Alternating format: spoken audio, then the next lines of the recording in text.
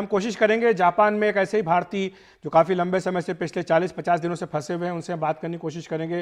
राहुल जोग अगर हमारे साथ, हमारी आवाज़ अगर उन तक पहुंच रही है। राहुल जी, आपका बहुत बहुत स्वागत है एनडीटीवी इंडिया पर। सरकार ने जो फैसला किया है इस पर पहली प्रतिक्रिया आपकी, और फिर आप किस तरह से अब वापस आएंगे भारत, क्या आपको कुछ रास्ता अभी तक बताया गया है?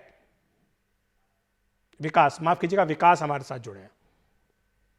विकास, अगर आप तक मेरी आवाज आ रही है तो मैं आपसे ये जानना चाहूंगा कि ये जो एक बड़ा फैसला किया है भारत सरकार ने, इस पर आपकी प्रतिक्रिया, आप कितने दिनों से वहां पर हैं और आपको वापस आने के लिए किसी ने कुछ बताया कि किससे संपर्क करना है, कहां आपको जाना है, क्या बात करनी है?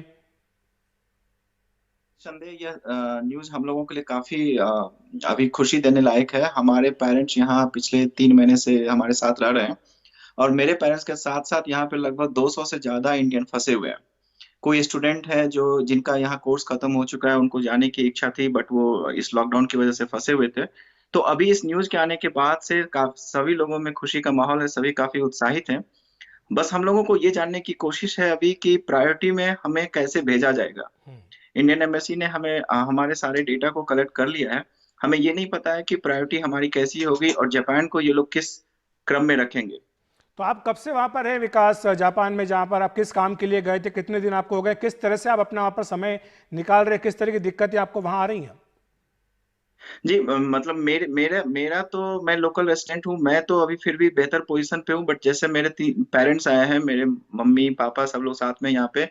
और काफी समय बाद, 3 महीने से ज्यादा हो चुके हैं, वो लोग बिहार और भारत वापस नहीं जा पा रहे हैं। लेकिन मेरे साथ में जो मेरे साथी हैं उनकी बहुत बुरी हालत है। वो किन्हीं का जॉब खत्म हो चुका है, किन्हीं का कोर्स खत्म हो चुका है, किन्हीं के पास खाने को पैसे नहीं है, किन्हीं के पास स्कॉलरशिप खत्म हो चुकी है, किन्हीं का हेल्थ इंश्योरेंस खत्म हो चुका है। तो ये कुछ कुछ पॉइंट्स हैं जिसपे काफ़ी लोग यहाँ स्ट्रगल कर रहे थे, और ये बार-बार अपने मैसेज को ट्वीट के माध्यम से, मीडिया के माध्यम से और इंडियन एम्बेसी को मेल करके ये लोग बार-बार बताते रहे। जी। हमारा मेन कंसर्न अभी भी इतना ही है कि आखिर भारत सरकार जो ये डिसीजन लेकर आई है, उसमें जापान को ये लोग किस प्रायोरिटी पर लेके आते हैं, और उनका जो प्लानिंग होगा, अगर वो प्लानिंग हमसे इमीडिएटली साझा कर लें, तो ठीक है हमें विकास, आसानी इसमें एक होगी बात अपने ये भी है प्रिपरेशन अंतिम के में मैं साथ। आपसे पूछना चाहूंगा कि ये कहा गया है यहाँ पर कि पेमेंट बेसिस पर होगा, यानी जो है ये फ्री में इवोकेशन नहीं करेंगे, आपको टिकट के या जो भी किराया होगा उसका पैसा देना पड़ेगा। इस पर आप क्या सोचते हैं? जी, बिल्कुल, बिल्कुल। हम बिल्कुल सहमत हैं, क्योंकि हमें मालूम है कि भारत से बाहर लगभग 2,40,000 से ज़्यादा भारतीय फँसे हुए हैं, और इवैक्यूएशन मोड पे अगर गवर्नमेंट इसको कोशिश करती है, तो डेफ़िनेटली ये बहुत बड़ा बजट इश्यू होगा, जिस पे इतनी जल्दी सहमति नहीं बन पाएगी भारत सरकार की।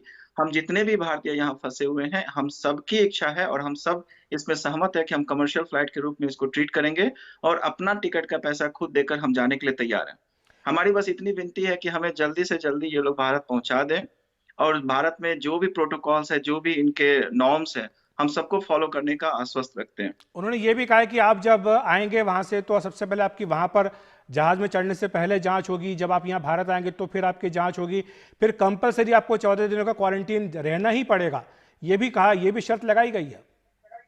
जी, बिल्कुल, बिल्कुल, और हमें उससे कोई आपत्ति नहीं है, बिकॉज़ अभी जो कोरोना की महामारी के बारे में जितने भी दिशा-निर्देश हम लोगों को मिल रहे हैं, ये हमारी ही बेहतरी के लिए है। हम जापान से जा रहे हैं, तो हमें ये मेक श्योर करना होगा कि हम अपने साथ में किसी भी तरह के कोई भी सिम्पटम को लेकर भारत में ना प्रवेश करें।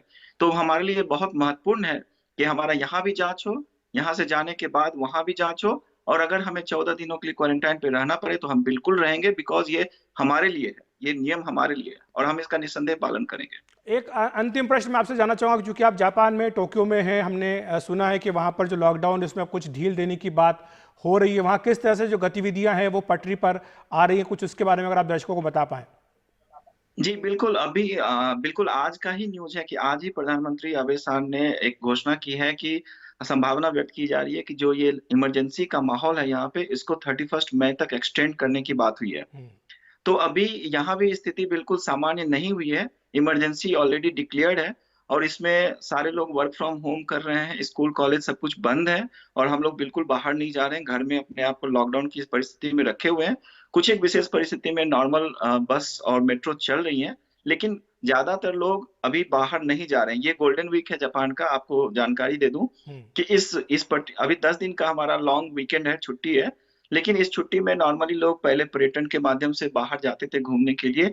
अभी कोई अपने घर से कहीं नहीं निकल रहा है, सबको इस बात का भली-भांति एहसास है कि घर में रहना कितना महत्वपूर्ण है। आज ही हमारे पोस्टल बॉक्स में जापान सरकार के माध्यम से 2 मास्क भी मिले हैं। तो सरकार अपनी अच्छा। तरफ से प्रयास कर रही है, सरकार के साथ हमें मिलजुल कर कंधा मिलाकर प्रयास करना होगा, तभी हम इसको सफल बना सकते हैं इस लॉकडाउन को। तब आप कब सोच रहे हैं कि आप जो हाई कमीशन ये जो भी एम्बेसी भारत की वहाँ पर है आप उससे संपर्क करेंगे, फिर आपको आगे का रास्ता पता लगे कि कब आपकी रवानगी वहाँ से हो पाएगी स्वदेश?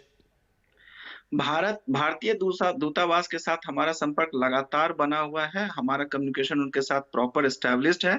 इट्स जस्ट ए मैटर कि हमें एमईए के थ्रू एक दिशा निर्देश मिले, जो भी दिशा निर्देश वहां से मिलेगा उसको हम लोग लोकल अथॉरिटी के माध्यम से डेफिनेटली फुलफिल करेंगे। बहुत बहुत शुक्रिया विकास आपका इस तमाम जानकारी के लिए, टोक्यो से हमारे साथ जुड़ने के लिए, बताने के लिए कि किस तरह से आपको घर वापसी का इंतज़ार है।